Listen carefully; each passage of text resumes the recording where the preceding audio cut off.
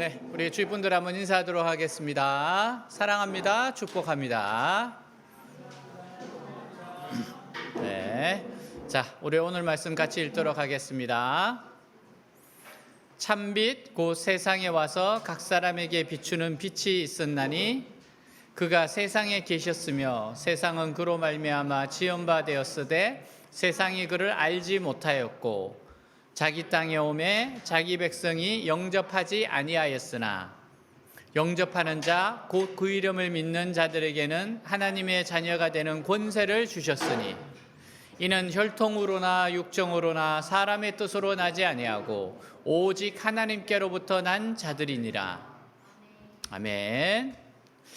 알프스 정상에 한 스님이 올랐어요. 정상에서 바라본 광경이 너무나 아름답습니다. 경이로워요. 그 광경을 바라보면서 홀로 나지막히 속삭입니다. 이 아름다운 자연물을 누가 만들었을까? 여러분, 이거는 사람이라면은 이런 생각을 할 수밖에 없어요. 우리는 아름다운 자연이나 건축물을 볼 때면 아름답고 웅장한 것들을 누가 만들었는지 궁금해합니다. 우주를 보고 푸른 별인 지구를 보면요, 이 모든 것의 시작은 어디서부터일까 생각하게 됩니다. 지금 여러분이 이곳에 왔는데요, 이곳이 우연히 생기지는 않았습니다. 만든 사람이 있어요. 누군가가 만들었을 겁니다. 성경은 보이는 모든 것을 만드신 분이 하나님이라고 선포하세요. 자, 창세기 1장 1절 같이 읽습니다. 태초에 하나님이 천지를 창조하시니라. 요한복음 1장 3절입니다. 만물이 그로 말미암아 지은 바 되었으니 지은 것이 하나도 그가 없이는 된 것이 없느니라. 골로새서 1장 16절이에요. 만물이 그에게서 창조되되 하늘과 땅에서 보이는 것들과 보이지 않는 것들과 혹은 왕권들이나 주권들이나 통치자들이나 권세들이나 만물이 다 그로 말미암고 그를 위하여 창조되었고. 자, 오늘 본문에요, 바로 이 모든 것을 만드신 분이 나타나셨어요. 자신이 만든 곳을 방문했습니다. 그러나 사람들은 그분을 영접하지 않았어요. 여러분, 사랑의 속성은요, 사랑하는 사람과 같이 되려고 합니다. 사랑하는 사람과 같이 있으려고 하고 사랑하는 사람들과 같이 되려고 해요. 예수님은 사랑하셔서 이 땅에 오셨습니다. 창조주가 인간이 되신 것은 큰 사랑입니다. 위대한 사랑입니다. 놀라운 사랑이에요. 여러분들 아마 사랑하는 강아지나 사랑하는 고양이가 있을 거예요. 근데 이 고양이나 강아지를 너무 사랑해서 여러분, 정말 내가 강아지나 고양이가 될 수 있다면 그렇게 되시겠어요? 사랑하면 정말 같이 되려고 합니다. 그러니까 하나님이 창조주가 피조물이 된 거는 너무나 큰 사랑이에요. 중세의 수도사 마이스터 에크하르트라는 사람이 하나님이 사람이 되신 진리를 비유로 이렇게 설명했어요. 옛날 자기 아내를 지극히 사랑한 한 왕이 있었어요. 근데 어느 날 아내가 한쪽 눈을 잃게 되었습니다. 몹시 슬퍼하는 아내에게 왕이 왜 그렇게 슬퍼하냐고 물어봐요. 그때 왕비가 하는 말이 이렇게 말해요. 내가 슬퍼하는 것은 한 눈을 잃었기 때문이 아니에요. 이제 당신이 나를 예전처럼 사랑하지 않을까 걱정이 돼서 슬퍼하는 겁니다. 왕은 많은 생각을 합니다. 그리고 어느 날 자신의 한 눈을 뽑아버려요. 그리고 아내를 찾아옵니다. 자, 이제 나도 외눈이 되었어. 당신과 같이 된 것이요. 내가 당신을 얼마나 사랑하는지 보여주고 싶었어요. 나도 외눈이 되었습니다. 여러분, 너무나 사랑하기 때문에 왕이 아내처럼 외눈이 되기를 자처한 거예요. 이와 같이 하나님이 사람이 되신 것은 우리를 향하신 큰 사랑을 나타내 보여주시기 위함이었습니다. 그러나 사람들은 그 왕을 영접하지 않아요. 자, 요한복음 1장 9절에서 11절 같이 읽겠습니다. 세상에 와서 모든 사람을 비추는 참빛이 있었다. 그분이 세상에 계셨고 세상은 그분을 통해서 만들어졌는데도 세상이 그분을 알지 못했으며 자기 땅에 오셨으나 자기 백성들까지도 그분을 영접하지 않았다. 여러분, 모든 만물에는 만드신 목적이 있어요. 빛의 목적은 밝게 비추는 겁니다. 공기의 목적은 숨쉬게 하는 거예요. 물의 목적은 갈증을 해소합니다. 인간의 존재 목적이 뭘까요? 기독교의 기본 이론을 질문과 답으로 묶은 책이 있습니다. 소요리 문답이라고 하는 책인데요. 제1문 질문입니다. 사람의 제일 되는 목적이 무엇입니까? 답이에요. 사람의 제일 되는 목적은 하나님을 영화롭게 하는 것과 그를 영원토록 즐거워하는 것입니다. 사람은 하나님 형상을 따라 지원받았어요. 사람은 하나님 말씀에 순종하고 하나님 영광을 드러내는 삶이 목적입니다. 이게 삶의 목적이에요. 그래서 고린도전서 10장 31절에 말씀하고 있어요. 그런즉 너희가 먹든지 마시든지 무엇을 하든지 다 하나님의 영광을 위하여 하라. 자, 이 목적을 위해서 인간이 살아가는 겁니다. 하나님이 기뻐하시는 일을 하고 살라는 거예요. 하나님을 증거하고 살라는 거예요. 그리고 그를 영원토록 즐거워하는 겁니다. 하나님을 사랑하고 좋아하고 사모하며 살라는 겁니다. 이게 인간의 목적이에요. 저는 이 강아지들을 볼 때마다 감동받을 때가 있어요. 강아지들 정말 감동이 될 때가 있어요. 어쩜 저렇게 주인을 좋아할까? 여러분 너무 좋아하잖아요. 주인을 너무 좋아합니다. 뭐 한결같아요. 한결같이 강아지는 그렇게 주인을 좋아합니다. 교수님이 강아지를 키우는 교수님이 말씀하시기를 뭐 강아지 가격이 뭐 천차만별이잖아요. 그래서 20만 원 주고도 사기도 하고 100만 원 주고 사기도 한답니다. 근데 정말 기쁨은 2배래요. 기쁨은 2배래요. 강아지가 2배의 기쁨이 있답니다. 아니 기쁨은 사실은 억 단위래요. 억 단위. 억 단위. 참 사람도 주지 못하는 기쁨을 강아지가 주고 있어요. 그리고 이렇게 강아지 때문에 건강해진다는 거예요. 강아지가 와서 기다리니까 산책을 할 수밖에 없답니다. 계속 돌아다녀야 되잖아요. 그죠? 산책을 해요. 또 얘가 얼마나 젠틀한지 산책 시간이 되면 조용히 와서 기다린대요. 이렇게 쳐다보고 기다린답니다. 그 아침에도 산책 시간이 있는데 아침에 이제 뭐 한 6시 이렇게 산책 시간이면 주인이 자고 있으면 굉장히 이 개가 또 이렇게 젠틀해요. 와서 막 깨우는 게 아니고 그냥 조용히 쳐다보고 있답니다. 그래서 뭔가 느껴져서 깨면 깜짝 놀란대요. 빨리 나가자. 그러면서 건강해진다는 겁니다. 여러분 다윗은 하나님을 기뻐합니다. 다윗은 하나님 만나는 걸 너무너무 즐거워해요. 그래서 저는 다윗이 하나님 앞에 강아지 같다는 생각을 종종 합니다. 하나님이 너무 좋아서 꼬리와 엉덩이를 함께 흔들면서 뛰어오는 즐거운 강아지. 여러분 정말 다윗은 정말 하나님 이렇게 사랑했거든요. 그러니까 이 다윗을 보는 하나님이 너무너무 좋으셨던 겁니다. 지금 이 좋으신 하나님을 모른다면 병이 들어있는 겁니다. 사람이 왜 이렇게 불행합니까? 하나님을 떠나서 그래요. 자신의 주인을 모르기 때문입니다. 또 모든 것이 주인 없이 이루어지고 있기 때문에 그래요. 그러나 우리의 삶을 가득 채울 그분이 찾아오셨습니다. 그분이 우리와 함께 계세요. 그리고 우리 삶에 들어오시기 위하여 계속 마음 문을 두드리고 계십니다. 신앙은 하나님과 우리의 만남이에요. 근데 이 신앙은 하나님께서 우리를 사랑하셔서 우리를 찾아오셔서 하나님을 알게 됩니다. 말씀을 듣고 하나님의 존재를 알게 돼요. 하나님 사랑이세요.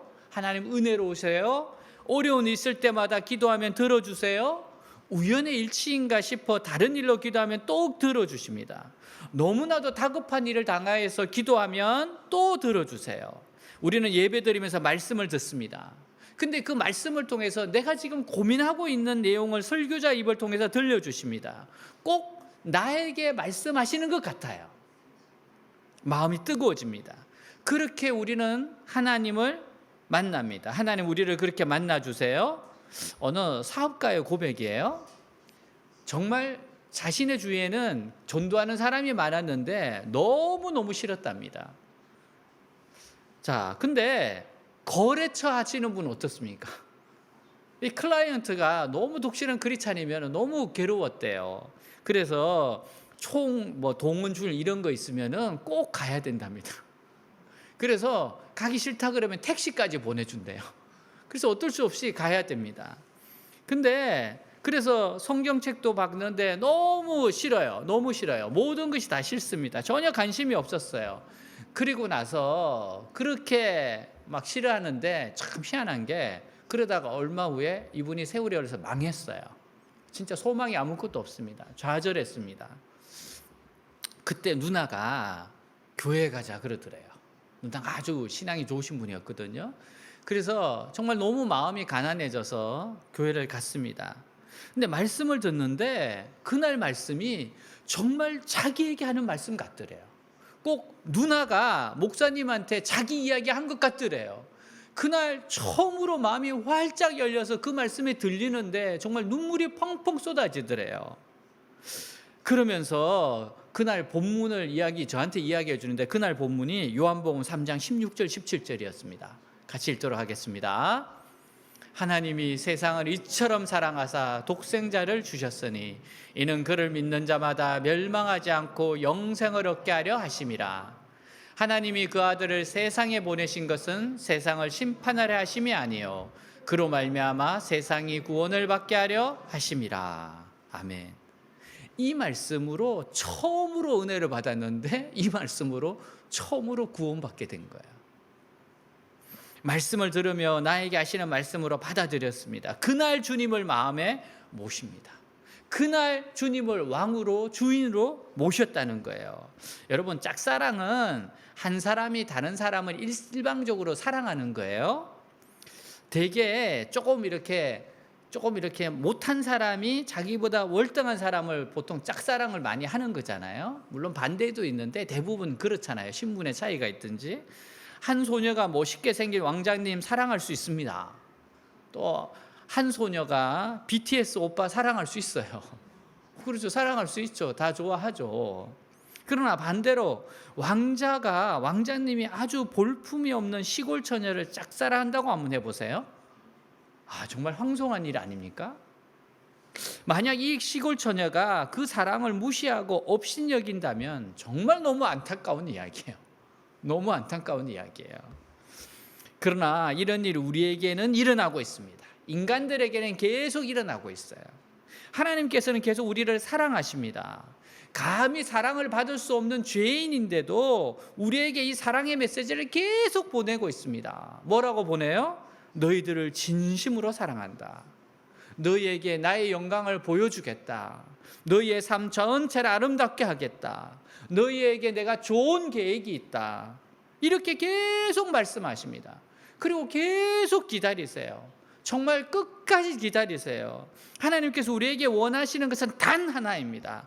하나님의 이 진실한 사랑에 대하여 반응을 보이라는 거예요. 반응. 이 하나님이 인간을 사랑하셔서 예수님이 인간이 되시고 십자가에 죽으신 이 사랑에 반응을 보이라는 거예요. 근데 우리는 참 이기적입니다. 교만합니다. 급하면 하나님 찾아요. 그 일이 끝나면 깨끗하게 잊어버립니다.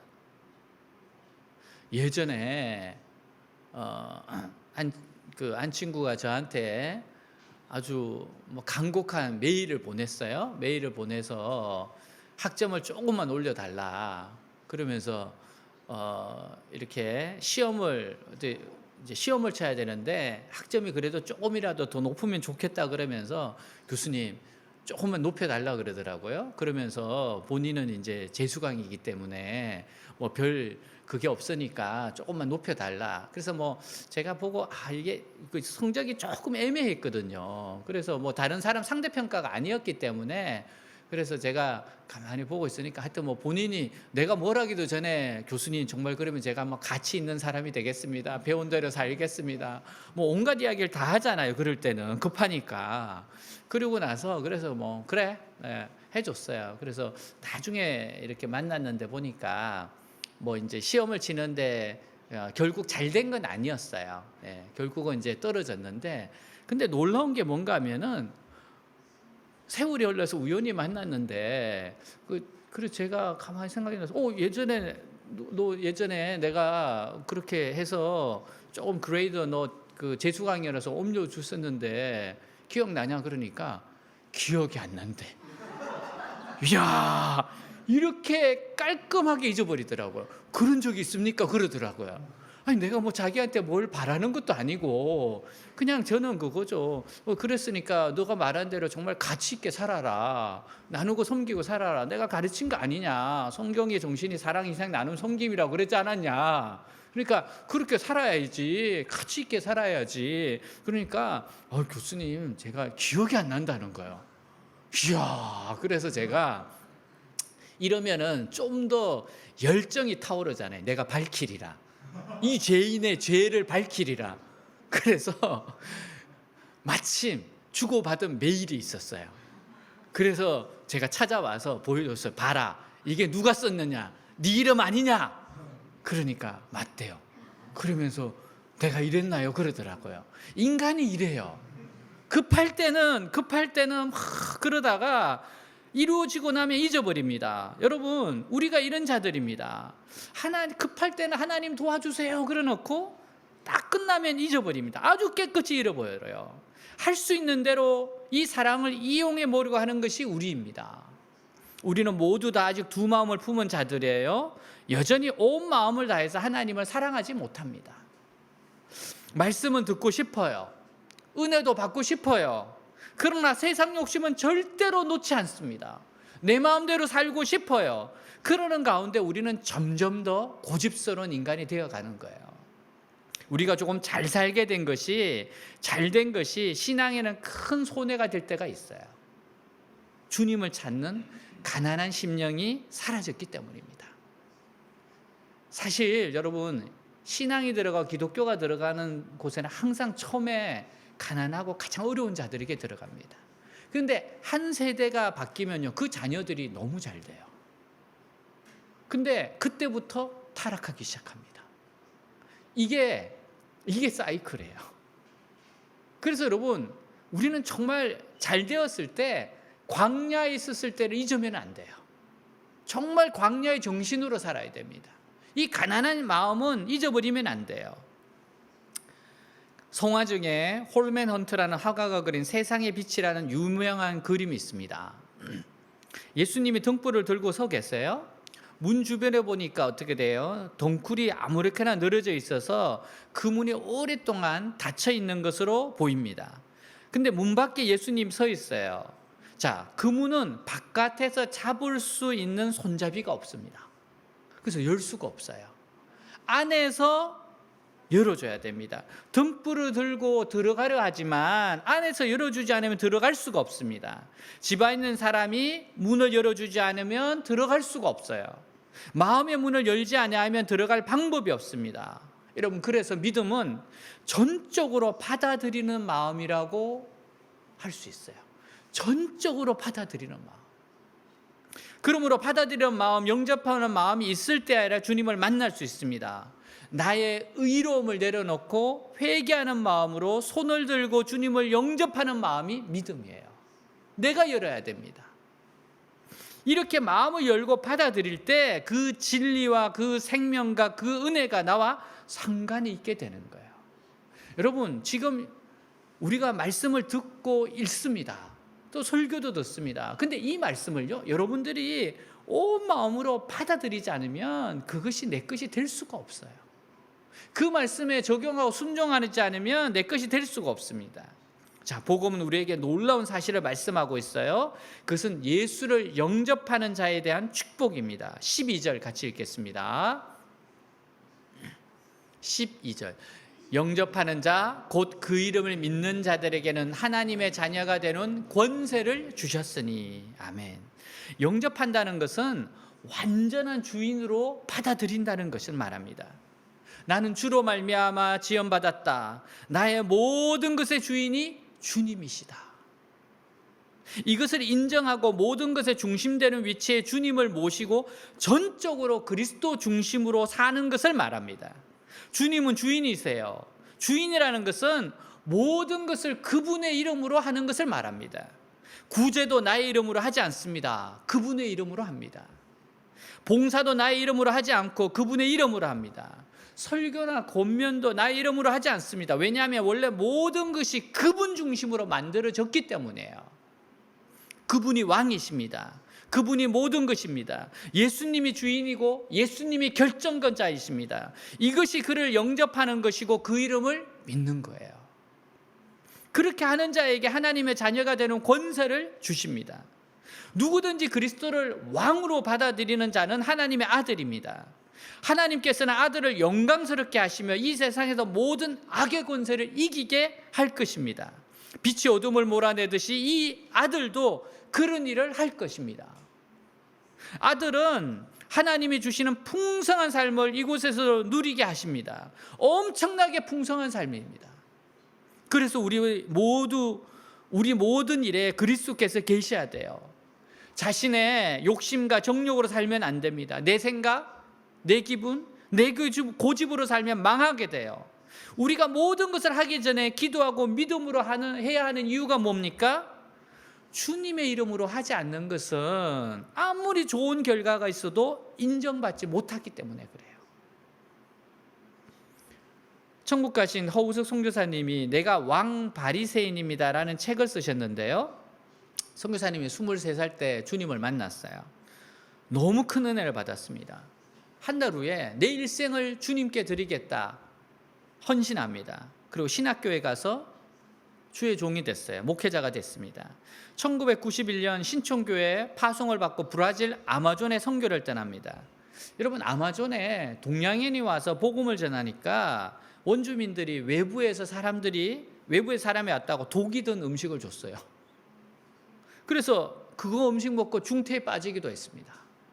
또 독충에 물려서 온 몸이 피고름을 얼룩지기도 했습니다. 근데 이곳에서 20년을 지내면서 사람들을 복음이 전했어요. 그래서 예배당과 건물 17동을 짓고 신학교를 세워서 100명의 졸업생과 50명의 목사를 배출했습니다. 이게 아마존에서 일어난 일이에요. 어마어마한 일이죠.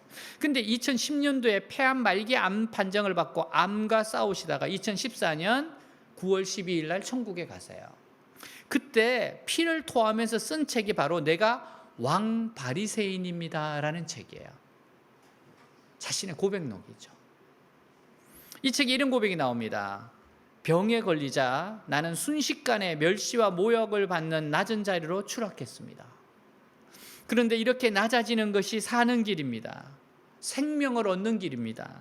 질병의 고통으로 인해 사람들의 따가운 시선으로 인해 내가 겸손해지고 온유해지는 것, 이것이 성령의 역사입니다. 본인이 사역을 잘한다고 생각했어요. 그렇죠. 열매가 너무 좋잖아요. 선교를 잘한다고 생각했어요. 그래서 자신이 교만한 줄 몰랐습니다. 초청받은 곳에서 강사로 대접받고 또 언더우드 선교사 상도 받았습니다. 이 최고의 상이거든요.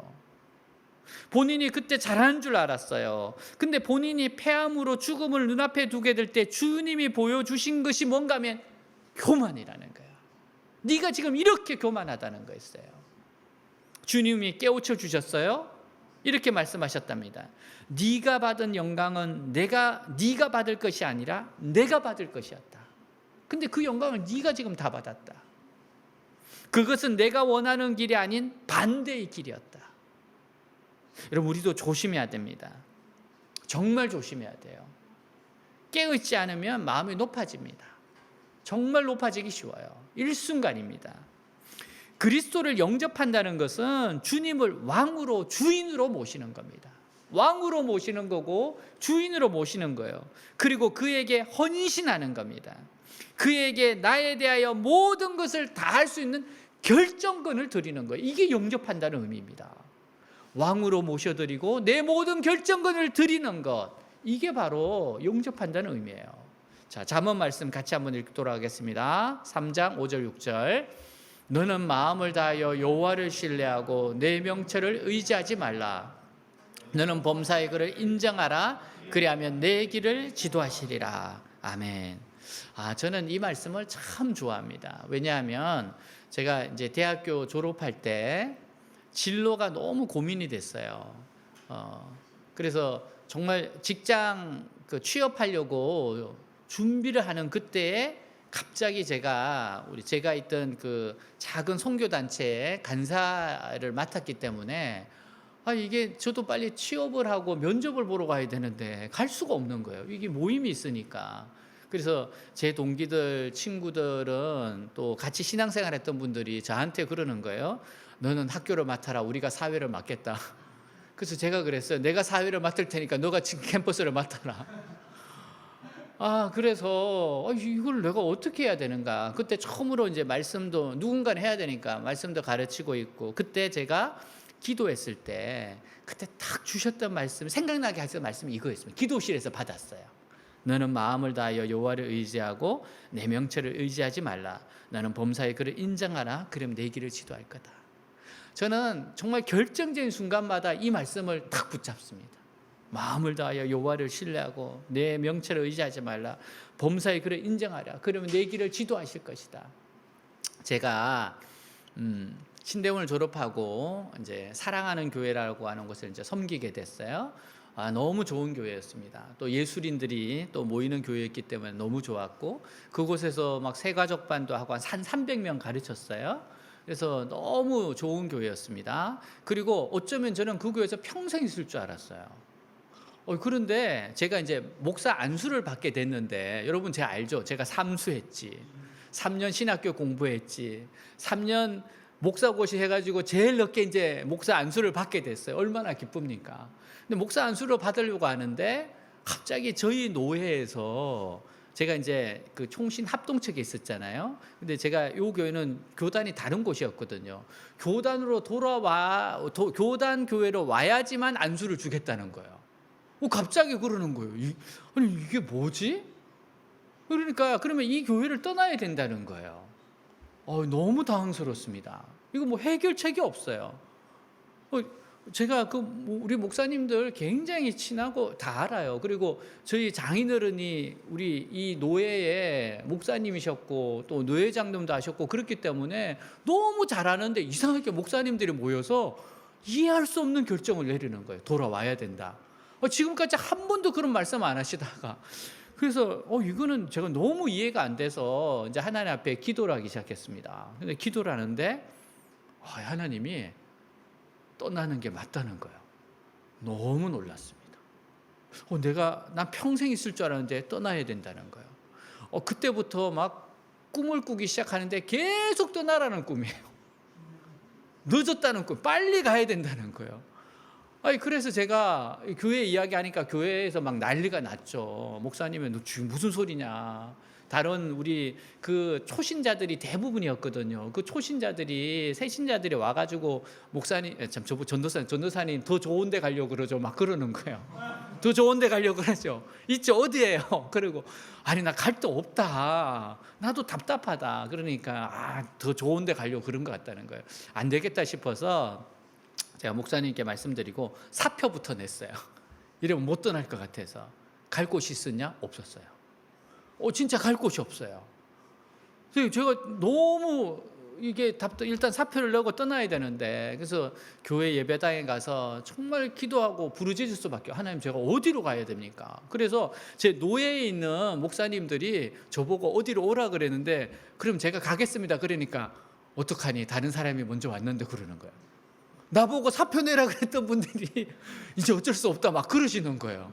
그럼 제가 어떡합니까? 중간에 나 사표 냈는데. 그러니까 글쎄 찾아봐라 그러는 거예요. 이제 또 그래서 중간에서 막 이러지도 못하고 저러지도 못하고 그래서 제가 기도를 하는데 갑자기 제가 나왔던 총신신대원에 가서 검색을 하고 싶은 생각이 드는 거예요. 저는 지금까지 사역지를 갈 때 한 번도 내가 이력서 내고 가본 적이 없어요. 그냥 누구 소개로 가고 뭐 소개로 갔었지. 근데 그날은 계속 찾아야 돼요. 그래서 보니까 쭉 찾는데 보니까 뭐 다른 거 없어요. 저는 무조건 사택을 주는 데 가야 돼. 집이 없기 때문에. 무조건 사택. 그래서 계속 이렇게 검색하다 보니까 사택 눈에 띄더라고요. 그래서 눈에 뜨고 딱 보니까 너무 희한한 게 제가 있는 또 합동교단도 아니야. 고신이야, 고신. 그래서 또 이거는 어떻게 해야 될까? 그래서 제가 물어봤어요. 혹시나 미리 제가 갈 곳은 없는데 고신이라는 곳에서 이렇게 일단은 지원은 할 수 있다 그러는데 내가 만일 되면 가도 되냐 그러니까 목사님들이 가만히 보더니 고신하고 우리 그 합동 측하고는 그래도 비슷하다, 괜찮다. 가래. 그러면 안수 주겠대요. 그럼 알았다, 책임지시라 그러고 이제 그곳에 이제 이제 이력서를 냈어요. 이력서를 이제 이제 제가 막 내기 시작하니까 우리 친구들이 우리 전도사님이 더 좋은 데 가는 게 아니고 정말로 그렇구나. 사표부터 냈구나. 그래서 그때 제가 머리가 굉장히 길었거든요. 그래서 이제 사진을 붙이려고 하니까 전부 다 붙이면 안 된다고. 그러면 서류에서 떨어질 거라고. 전도사님 정신 차리라고. 지금 이 머리로 어디를 가려고 그러냐고. 그러냐? 그러고 보니까 그런 것 같아요. 내가 감각을 잃었어요. 너무 이곳에 있다 보니까 자유롭게 있다가. 그래서 그건 이제 사진은 빼고 일단 그냥 보내니까 오라고 연락이 왔는데 또 이게 인도하심이었어요. 가보니까 또 그분이 목사님이 외대 출신이셨어요. 외대라고 이렇게 또 받아주시는 거예요. 그리고 제가 한산항 선교에 있었다니까 내가 대학교 때 거기 있었다는 거예요. 마음이 완전히 열리셨어요. 그러면서 나중에 저보고 그러시더라고요. 전도사님 왔었을 때 그 이력서가 굉장히 많이 들어왔는데 전도사님 이력서가 딱 들어오는 순간 그 다음부터 끊치더래요. 그래서 어쩌면 이분이 있을 수도 있겠다 그랬다는 거예요. 제가 그 교회를 가게 된 겁니다. 그래서 그 교회에서도 2년인가 있었고 더 있으려고 그러는데 또 주님께서 이제는 외대교회를 개척해야 된다. 그래서 외대교회가 개척이 된 거예요. 이게 내 계획이 아니었어요. 여러분, 그러면서 외대교회가 시작이 된 거고 우리가 이제 14년이 됐죠. 14년이 됐어요. 여러분 오해하지 마세요. 다니엘 기도 내가 하자고 한 게 아니에요. 나도 힘들어. 하루에 3번씩 하는 게 쉽습니까? 몸살 나요, 몸살. 근데 2011년 전부터 하나님께서 너희는 다니엘 기도를 해라. 다니엘 기도를 해라. 여러분, 그래서 기쁘게도 이제 올해 1만 해가 되잖아요. 1만 해.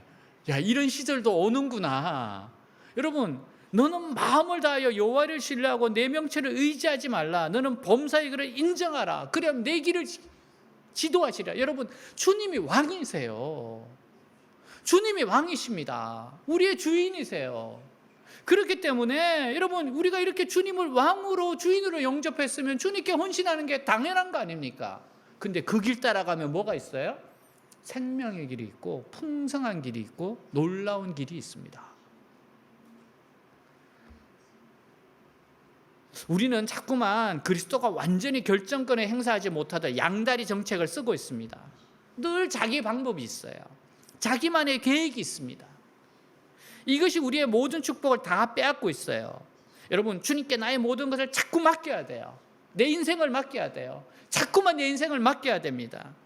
자기 안에 있는 기준을 버리세요. 그렇지 않으면 위기가 계속 될 겁니다. 나는 이렇게 하면 할 거야. 그런 기준 버리세요. 그냥 하나님이 인도하심이 확실하다면 저는 주님을 따라가겠습니다. 이게 바른 자세고 이게 풍성한 삶입니다. 우리는 이 세상의 것으로 살지 않아요. 아무리 막다른 골목에 처해 있어도 주님께 부르짖으면 그분이 오셔서 구원하십니다. 그분은 우리에게 새로운 힘을 주십니다. 우리는 그 힘으로 살지 내가 가진 것으로 사는 게 아니에요. 계속 여러분 죄의식으로 시달린다면 주의 이름을 부르십시오. 살아가는 것이 두렵습니까? 자신이 없습니까? 주님의 이름을 부르십시오. 이기게 하실 겁니다. 이기게 하십니다. 이런 일화가 있어요. 록펠러 최고의 부자 아닙니까? 한 번은 숙박을 하기 위해서 호텔에 들어갔는데 직원들이 이분이 록펠러 회장인 걸 알았어요. 회장님, 어떻게 우리 호텔에 오셨군요. 그러고 나서 체크인을 하는데 직원이 어떤 방 쓰시겠습니까? 록펠러니까. 그죠? 그래서 저희 $50, $500, $5,000 방이 있는데 어디로 쓸까요? 그러니까 이분이 너무 검소하세요. 50불짜리로 주십시오 그랬어요. 이분 스위트룸 써도 되잖아요. 호텔을 사도 되는데. 그래서 지배인이 근데 회장님, 오늘 지금 이 호텔에 회장님 아들도 묵고 있는데요. 아들은 5,000불짜리 방에 들어가 있는데 아버지가 어떻게 50불에 지내냐고 그랬어요. 그러니까 록펠러가 이야기를 해요. 그 녀석은 자기 아버지가 부자라서 그렇죠. 나는 아버지가 가난한 분이셨고 지금은 안 계십니다. 그래서 나는 50불이면 충분합니다. 그러더래요. 아들이 쏘고 있어요. 돈은 아들이 써요. 사랑하는 여러분, 우리에게는 하나님 아버지가 계십니다. 무한히 능력자이신 하나님 아버지가 계십니다. 천지를 지신 하나님이 계십니다. 죽기까지 사랑하신 예수님이 계십니다. 여러분, 이 하나님과 더불어 동행하는 거 두려워하지 마세요. 주님 따라가는 거 두려워하지 마세요. 주님께 또한 드리는 거 아까워 좀 하지 마세요. 우리 12월 22일 날 크리스마스 파티 날, 그때 제가 이제 건빵을 챙겨 갔었거든요. 2박스를. 근데 나중에 보니까 우리 은별이 손에 금빵이 들려 있더라고요. 누군가 준 거잖아요, 그죠? 그래서 그거를 가지고 다니면서 본인이 먹으면서 뭐 이렇게 나눠주더라고요. 그래서 나는 뭐 원하지도 않는데 나한테 와서 하나를 주더라고요. 그래서 내가 고맙게 먹었어요. 잘 먹었어요. 근데 여러분, 그 건빵 그거 내가 가져온 거였거든요. 그리고 저는 우리 뭐 친구들 다 나눠줘도 건빵 한 박스도 제 차에 남아 있어요. 여러분, 그리고 우리 창고에 가면 10박스 있어요. 우리 건빵 많습니다. 여러분, 하나님께 드리는 거 아까워하지 마세요. 뭐 은별이가 만일 그 건빵 하나 가지고 그렇게 막 아까워하고 그랬으면 제가 속으로 그러지 않겠어요? 건빵 나 정말 많은데. 마태복음 6장 33절 주님이 말씀하세요. 그런즉 너희는 먼저 그의 나라와 그의 의를 구하라. 그리하면 이 모든 것을 너희에게 더하시리라. 모든 것을 더하신 분입니다.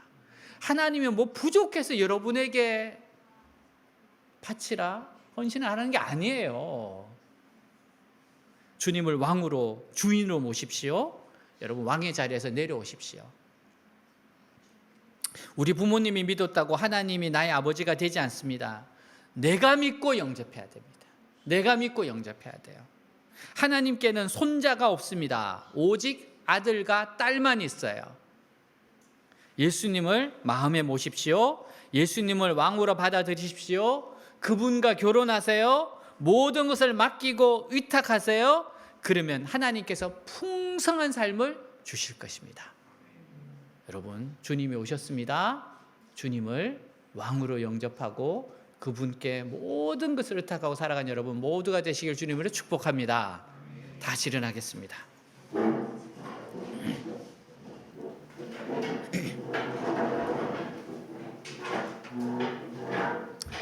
예수님이 이 땅에 오셨는데 영접하지 않는 사람들이 너무 많았습니다. 지금도 예수님이 우리에 찾아오는데 예수님을 밀쳐내는 사람들이 너무 많습니다. 예수님을 모신다고 하면서 왕으로 모시지 않고 주인으로 모시지 않고 자기가 주인의 자리에 앉아 있는 경우도 많습니다. 여러분, 주님을 영접한다는 것은 주님을 왕으로 모시는 겁니다. 주인으로 모시는 겁니다. 주님이 어디로 인도하시는지 따라가는 겁니다. 이제는 내가 주인이 아닙니다. 내가 주인이면 망하는 인생 되는 겁니다. 근데 주님이 주인이 되시고 왕이 되셔서 우리의 삶을 인도하시면 최고의 인생을 살게 될 겁니다. 주님, 내 마음의 왕이 되시옵소서. 저는 왕의 자리에서 내려오겠습니다. 오직 주님을 왕으로 모시고 섬기고 따라가겠습니다. 헌신합니다. 기도하겠습니다. 하나님 아버지, 감사합니다. 주님이 왕으로 오셨습니다. 주님이 왕으로 오셨습니다. 내 마음의 왕이십니다. 하나님, 제가 마음을 열고 주님을 왕으로 모시고 왕자리에서 저는 내려옵니다. 오직 하나님이 나의 왕이십니다. 하나님이 나의 모든 것 되십니다. 하나님, 왕이신 하나님, 주님의 이름을 높입니다. 왕이신 나의 하나님, 주님, 나는 왕이 아닙니다. 나는 주인이 아닙니다. 주님이 나의 왕이시고 주인이십니다. 내 모든 것을 하나 앞에 드려야 합니다. 주님이 원하시면, 주님이 이끄시는 대로 너는 마음을 다하여 원을 의뢰하지 말고 범사의 길을 인정하라. 그리하면 내 길을 지도하시리라. 하나님이 일을 하십니다.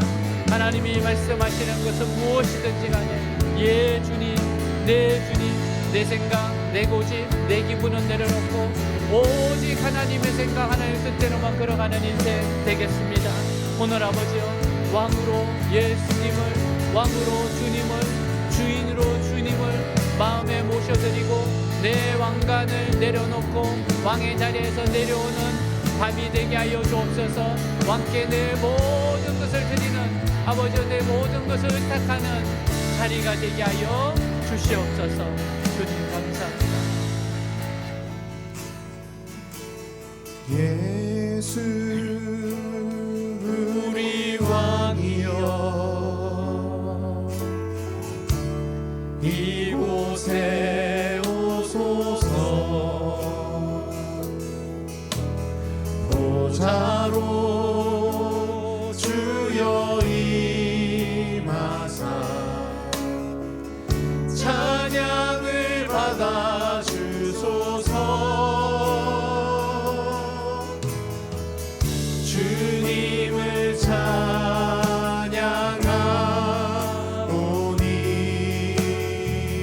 주님을 경배하오니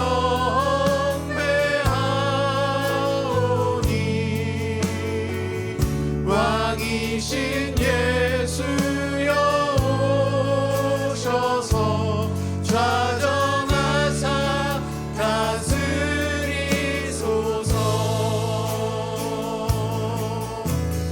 예수 우리 왕이여,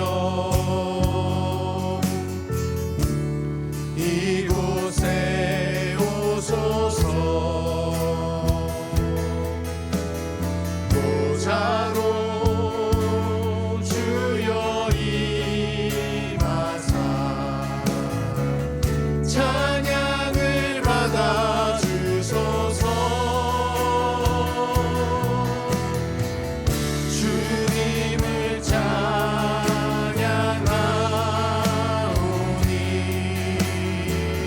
주님을 경배하오니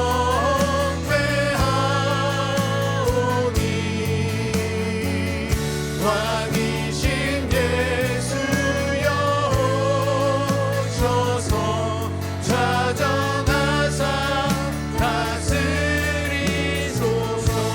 주님을 찬양하오니 주님을 찬양하오니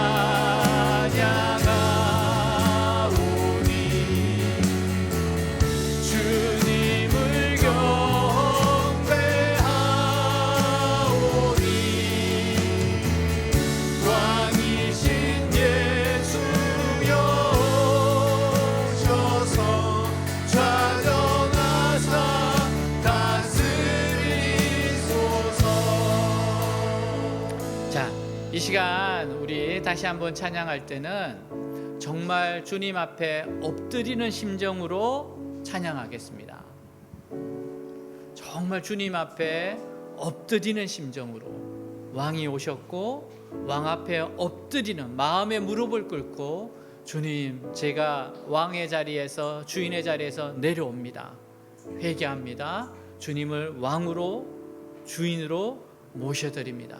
그런 고백으로 이 찬양 다시 한번 하도록 하겠습니다.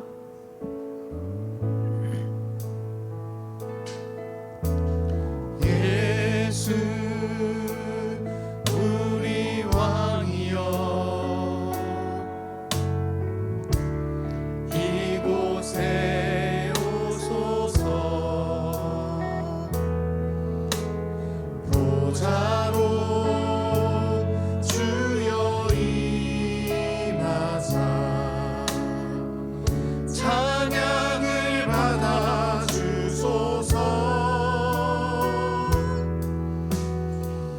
주